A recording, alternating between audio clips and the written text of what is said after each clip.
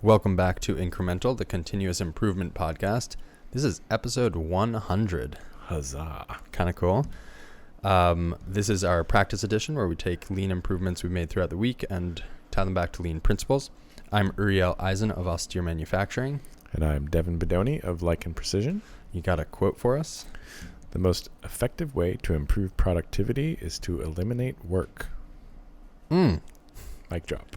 So simple. William Conway. I don't know who that is. Do you know? I don't. Google. You can't say that fast. An American billionaire businessman, investor, philanthropist. Okay. One of those guys. Yep. Yeah. Anyway, pretty good. Like these things sound simple, but actually, Yeah. it's easy to forget. But it's easy to forget that, right? Yeah. It's easy to just be like, right, that thing we're doing, what if we didn't do it anymore?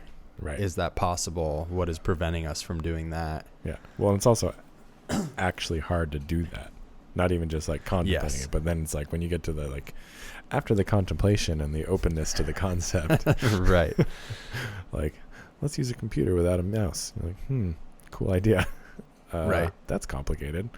Yeah. But I guess a few layers to it. I guess one would be like trying to eliminate work rather than improving work as a step one. Like, can we just eliminate a step, or what would it take to eliminate a step? I think there's a lot of rework that or like over processing that people kind of, including me, are a bit blind to, where you take a piece of data, type it into this system this way, and then take that same piece of data and type it into a different system a different way somewhere else, but it's like kind of the same data. Right. I sort of feel like a lot of like bookkeeping stuff is like just straight up. Like that's almost the whole. It's called double entry for a reason. The nature of the beast a little bit is like all that stuff we already did. Let's look at it again and do more. Let's make sure we did it. Or, I don't know. It's kind of funny. But then the flip side, of course, is just like fundamentally that is what we're trying to do is eliminate work. Yeah. Got some improvements. Yeah. Let's see. Most of it had to do with this job management switcheroo of our work order slips. That's what I've decided to call them. Okay. Keep calling them that, I guess. How's that going? They're not really a traveler. They're not really a work order. I don't know. It's good. So we talked about it a little bit last episode, how we're trying to transition to have the slips move with the physical goods through the shop and hopefully get a little bit more granular, up-to-date perspective on the status of things. What do you mean? Like by logging into the computer, by looking around the shop, by things being self-evident at the stations at which they happen is the idea. So I see. So having the cards on the mill, you can kind of see the load on the mill. Yeah, more. That's the concept. Okay. Yeah. Or like the cue for the saw is visible at the saw. Yeah. So instead of going to the board, looking at the overview for the shop, and then deciding where to put yourself. Interesting. You can go to a station, or go to the beginning of the flow if that's the case. We haven't really gotten here yet, but I'm guessing there'll be kind of a priority list of like what to check first, and probably be different for different people. We can know when you crack that nut. Right. I don't know. That one has really been quite elusive for us. Yeah. We attempted this a while back. I think we talked about it. Yeah. And then it was all based on sort of some big changes that I think were a little ahead of where we were at. So we kind of reeled it back. And so that was not that the priority list that we made applied to a reality that doesn't exist yet, basically. Okay. So we might come back there someday. Yeah. But yeah, so being able to see what's clearly visible, needing to do at a particular station, it's definitely taking some getting used to, not being able to get a complete overview in one's place. Right. but I think it will be good. So just to kind of explain it, the basic thing that I did was I just ordered one more whiteboard. That was the quote unquote improvement. Okay. Very nice. Good work. We moved one of our big whiteboards to right next to the stock remnants area. Okay. And that board now has all of the material, like all the jobs that need material ordered on it, which tends to be the largest kind of queue. Okay. So that's a big board. And then for now, we kind of like left what used to be the very end of the board on that because we just don't have a good place for it right now, which is like once things have mostly processed their way through the shop, it's like what's shipping to anodize, what's shipping to customer, what needs laser engraving, things like that. Okay. Eventually those will become physical places as well. And then there's a second board that's between that one, the material and the stock, that has, once material's been ordered, the slips go to that board for the first half, and then when stock arrives, they get moved to the second half. Oh, cool. And that's when stock gets tagged with the job slip. So now you can scan a piece of material and know what job it goes to. Yeah. And then the new small whiteboard is right next to the saw. And basically, when a job goes on that board, it means that all the information to actually produce the parts in the shop is online. Oh, cool. In the system. And so that's basically like, this can now be cut. You can get tools for it and set it up on a machine. Very cool. And it ties into, we got our first, did we talk about this already? What's that? We made our first little setup cart. We actually finally finished it after like, I'm not sure we did talk about it. A month. It's Okay. very basic, extremely rudimentary, but I could post a photo on the Instagram. Oh yeah. It was just like a rolling cart, like waist high with a bunch of holes in the top for tool holders for mills, a bunch of like it's a speed rack, like a bun rack, so you can put sheets of material on it and it rolls around. All you need. So yeah, next to the saw now is this small whiteboard that just has some lanes drawn on it with marker for each machine. In front of it, we just put a box for a table, like a cardboard box, and there's an iPad there, so you can scan the work order slips to get cut lengths and stuff like that. Oh, very cool. And there's our little like tray tags, so you can tag the trays to know what the stock is for, et cetera, et cetera. So basically the idea is like once something has arrived at that board, it's ready to go to the shop floor. And that's kind of like where shop floor people will go to start working on a job. So interesting. That's very cool. That's kind of the thought as it currently exists. And then once everything is cut and set up, I'm just going into full detail here. Once everything is cut, laid on like tool holders are on the setup cart, stock is on the setup cart, then the work order slip goes from the whiteboard to the cart. So that's the transition from ready to set up to ready to actually run on a machine. And does that happen all in one?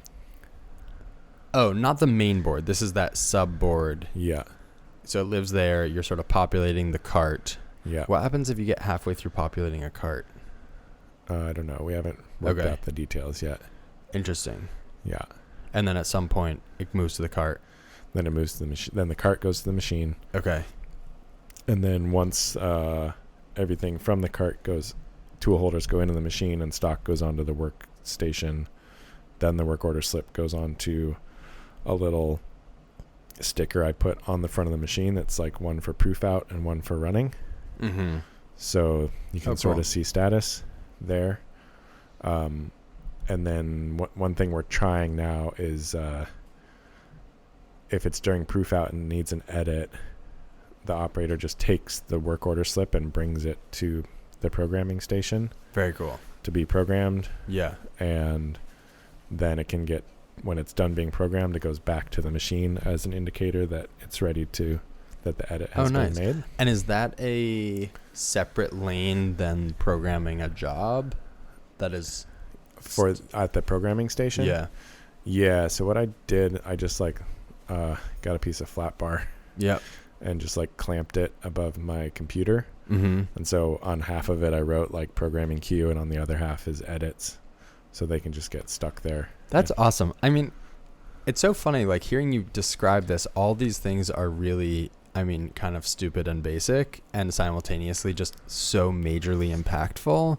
I sort of feel like sometimes we shy away from these really simple things, like putting the bar above the station so that it's very visible to everyone in the shop, kind of like what the scenario, what is going on in the shop.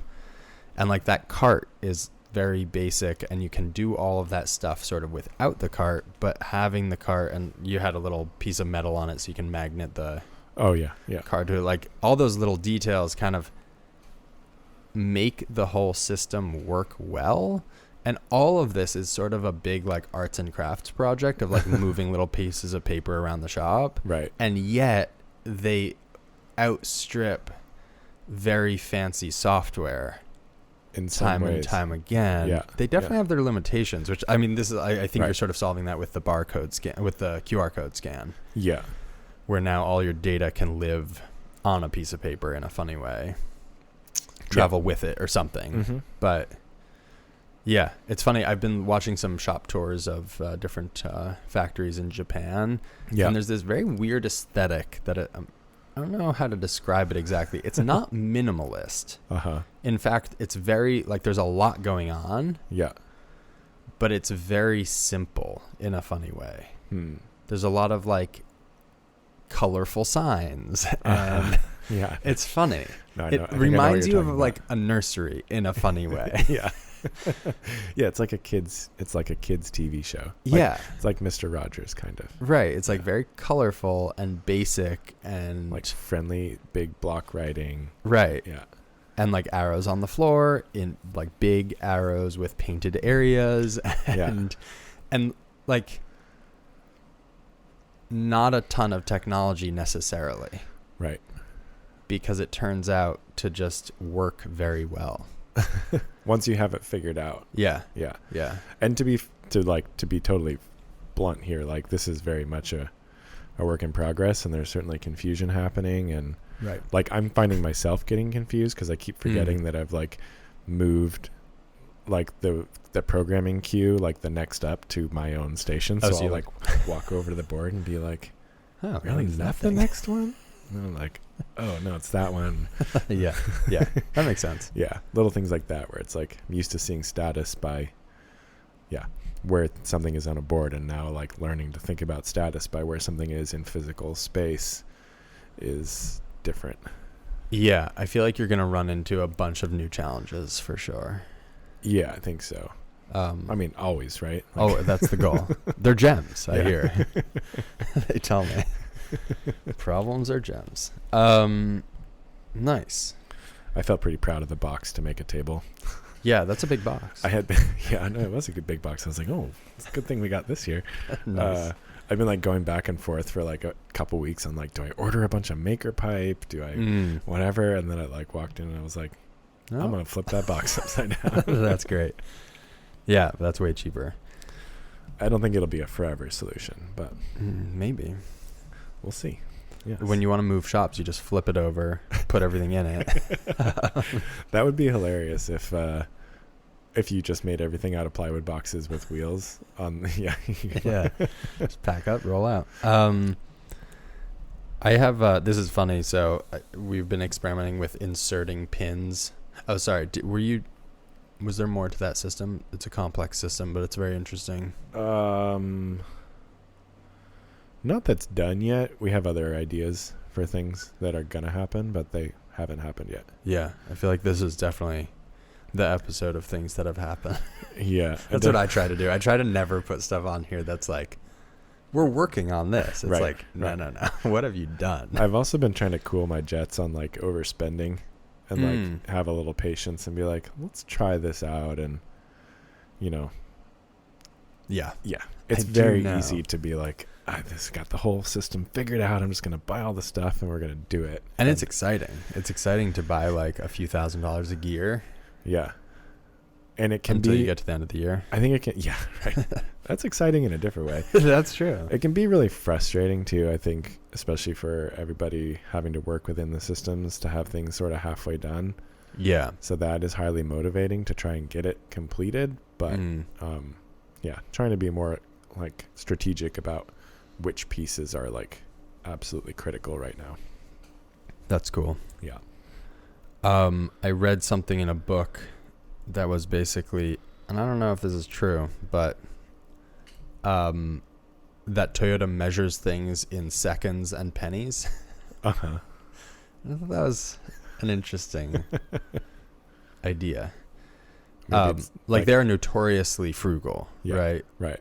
And I feel like sometimes the startup mentality, by sometimes I mean basically always, is the opposite of that. Right. Just kind of like just spend so you can move fast. Yeah. And see if it works. So it's good sometimes to look around and be like, what can I use that I own already? Yeah. To build a table and then see if we need to spend. I've spent quite a bit of money on MakerPipe. Yeah. It's been good, but I don't know. Anyway. Yeah. We experimented with a new way of inserting pins into the tray because we still make our lathe parts on a mill. Dropping all those blanks into a tray for the gripper to come pick them up is kind of a miserable task. Yeah. So we've been trying to improve that with minimal success. It's been, we built one that was 3D printed, and it was basically a chute, like a funnel where they were all stacked up, like, almost like a toothpick dispenser. Yep. And the thought was you'd sort of like slide it across, and as each one dropped in, you could move to the next station. Inevitably, one end of one falls down, and then the top is still up, and then you're sort of trying to like poke everything down. It doesn't work very well at all. But it is something we are trying to improve. The thought of like, I'm sure we've talked at length about this, but I feel like like looking at it, you're kind of like, well, if we're building a dispenser, what if we just dispensed it directly to the gripper instead of dispensing it into a tray and then having the gripper go pick up from the tray? Right. You could almost just drop it, almost like a magazine feeding a gun. Right. Bunch of pins, big long spring. But just needs to be highly reliable. That's the thing. I don't know. Yeah. Anyway, so that was a fail. But we were trying. This is maybe not. I was, what was it? Maybe CNC West, one of the print CNC publications, had an article recently on some fixturing that was like robot fixturing that was actually made with Legos. Oh. That makes sense. They do win awards for their repeatability and precision. Yeah. And I was like, maybe this is not something to be overlooked, and that we should all invest in like a basic Lego collection for like proofing some of these concepts, and like you could make little 3D printed special bits for like if you needed something that was a size that didn't fit in the Lego universe. Right. But yeah, anyway. For lasering, or what were they using it for? Or for like a layout table? Like a pick and place, I think. Okay. Yeah. So just an array. I think so. Gotcha. Yeah, I'd need to go back and That's check cool. on the details. Yeah. Let's see. So we had switched over to our new Airtable base. I think we mentioned that. So made lots of updates to that. One of those was just like copying over an update to the last one, which was to add a field for the last time it was updated. Okay. So you can tell when things And is that automatically generated, or you have to go type something in? Anytime you make an edit, it automatically updates. Nice. Yeah, which is surprisingly helpful. Yeah. Yeah. And so you reference that to see.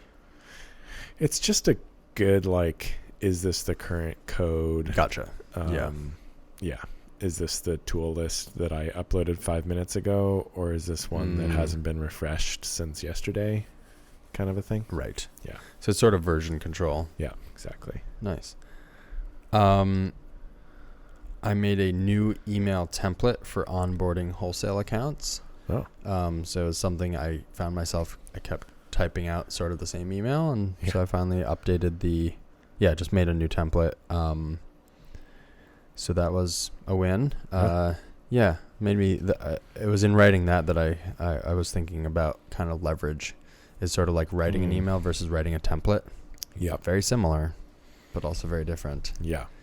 So interesting. I made 2 new cam templates, both based on an existing one. We got some really long parts, mill parts, and I needed like a double vise cool. work holding scenario. So built out one that has 2 vices like spaced how they are parametrically, or I guess right. You can't. Yeah. You can't tweak it. Okay, that makes sense. In real life. And then also made a new one for one of our common customers that have like very specific parts that are hard to hold with a fixture, basically just duplicating a template that I had in SolidWorks, HSM Works into Fusion. Nice. We're starting to get their parts again. Oh, cool. Yeah. I was going through some files and found a folder of material ordering drafted emails. So before Arda, I had tried to solve this problem many different ways, and built out a bunch of draft emails. So the thought was you'd click in and just copy and paste them in, and they'd have all the stuff you order, and then you could like delete the rows, update the quantities and all that stuff. So no longer needed, so got rid of that. And then went through some of my other files and just tried to delete stuff, because I'm realizing that I actually do a good amount of searching for stuff in my electronic files, and I don't think we've like 3S'd in any real way. Cool.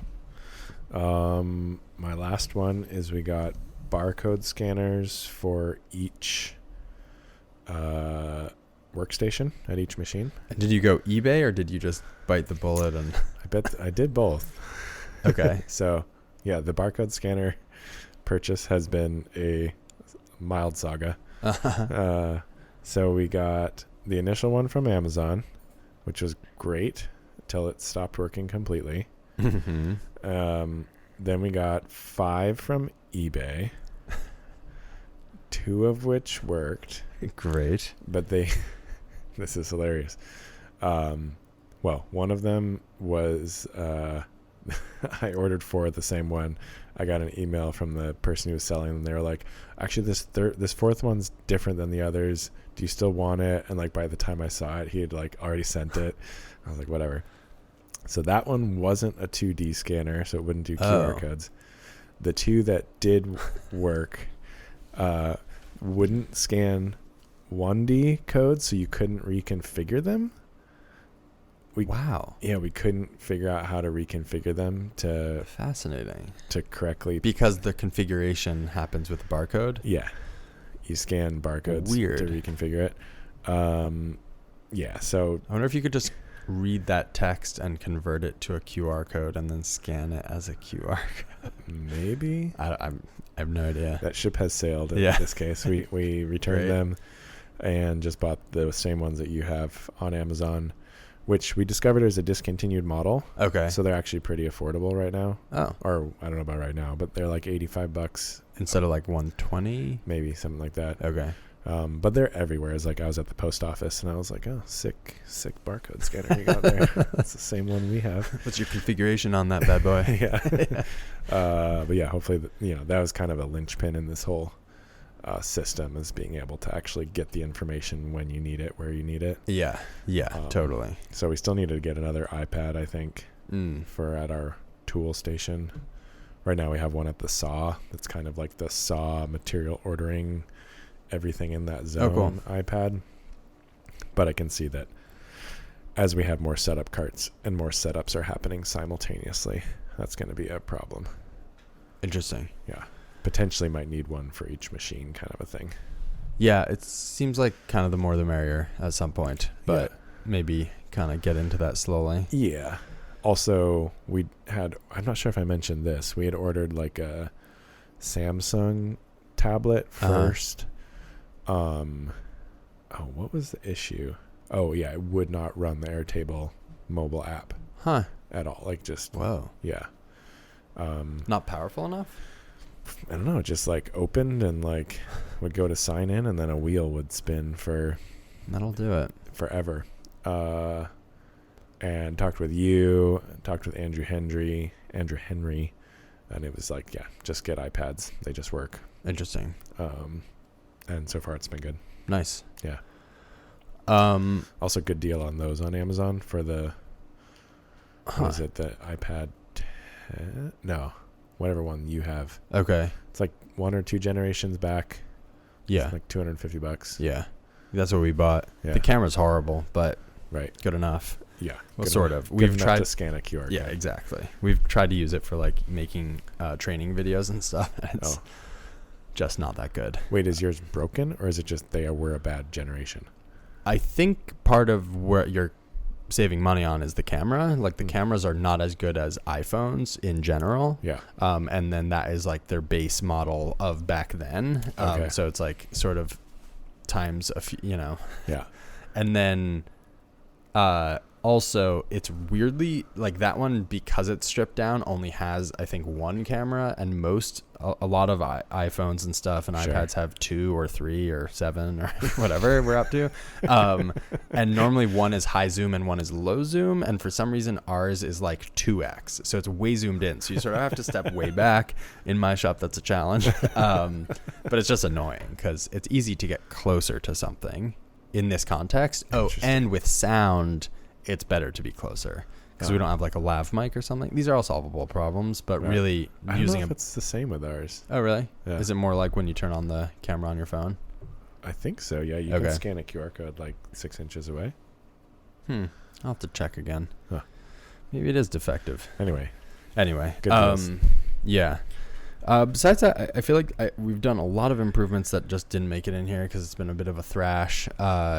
I made a new tray to hold more of a particular part in the oven, just out of sheet metal. I was modifying, like cutting up like a sheet pan, and then it occurred to me I could just make the whole thing out of, seeing as I was making all these sheet metal things to rivet it to it. On a pan. Yeah. Turns out, when they do it in a like ductwork, they put the X in any flat panel to sort of make it. Yeah. They tend to end up bistable, where it will either flip one way or.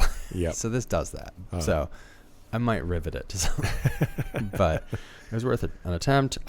We've been adding cards to a lot of things around the shop that still either just haven't been updated into Arda, like they exist as a Sharpie written card, but a lot of stuff that like theoretically, should have a card but never got a card or whatever. So just finally really making a pretty concerted effort to get there. I did a big improvement actually in our tool bins. We had a 2-bin system for all of our cutting tools for the CNC, stacked one on top of the other. Unfortunately, they were kind of too small for some of our bigger roughing bits, and the back of the drawer was all dedicated to like randos, random tools. And so I moved all non-production tooling to a different drawer, and then took up the full drawer with a 2-bin system front to back. Yeah. And so now when items come in, it just makes it effortless to put everything away. And there's enough room now for a card to live there comfortably. The earlier system was like compact in a way that was annoying. I have been thinking broadly about sort of how big cards should be, and there's a temptation to try to shrink them all down so that they don't increase the total footprint of your storage. But I think that is like optimizing potentially for the wrong thing, where like undervaluing clarity to the user and overvaluing sort of like shop space in a funny way. I could be wrong, and I'm sure there's counterexamples, but just broadly, I think I'm erring on the side of like, let me fold this up and make it tiny and then jam it in this drawer, instead of like, let me give a real amount of space to this thing that is important to our business. Let me build a piece of infrastructure that deals with it well, that presents the information conveniently to the user, that still has room for an image on the card, because the images are huge.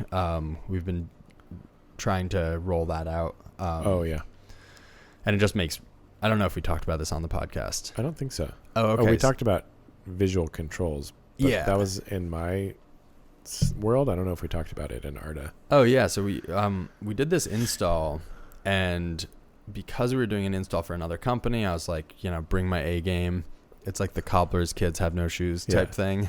So this feature has been in there for a while, where you can put an image on the cards, but I just did it for all of their cards, and implementing it just so quickly became evident that like it's just the way to go, because I'd pick up a card, like we'd print off these cards to tuck into all the inventory, and you'd pick up, you could sift through the cards so fast and see no, yes, here's the thing I want. Yeah. Whereas reading titles is a lot slower. So been trying to put shoes on my own kids. No, add that to our cards. But yeah. Anyway. Nice. Well, that's me for the week. Same. Thanks all for listening. 100th podcast episode, very exciting, and the books. Excited to have all of you along for the ride. Got a lot of cool messages over these 100 episodes, from a lot of interesting people. Really enjoying that. I think that's like one of the cooler parts of making this podcast has definitely been the conversations it's driven, people reaching out in their various areas of expertise. So that's been really fun, and really appreciate that. You can find me at austere_manufacturing on Instagram and austeremfg.com on the internet, arda.cards on Instagram, and arda.cards on the internet.